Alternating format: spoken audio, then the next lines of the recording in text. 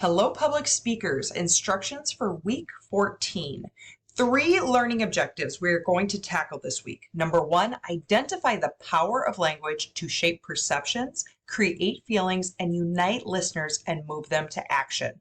Number 2, implement the 6 C's of using language effectively. And thirdly, implement how to use specific techniques of language to magnify your voice. We are going to learn all of this by reading Chapter 11, Putting Words to Work. We are going to explore the power of words this week and how we can use them to their utmost ability. So please read Chapter 13. A bit lighter week in terms of what needs to be submitted.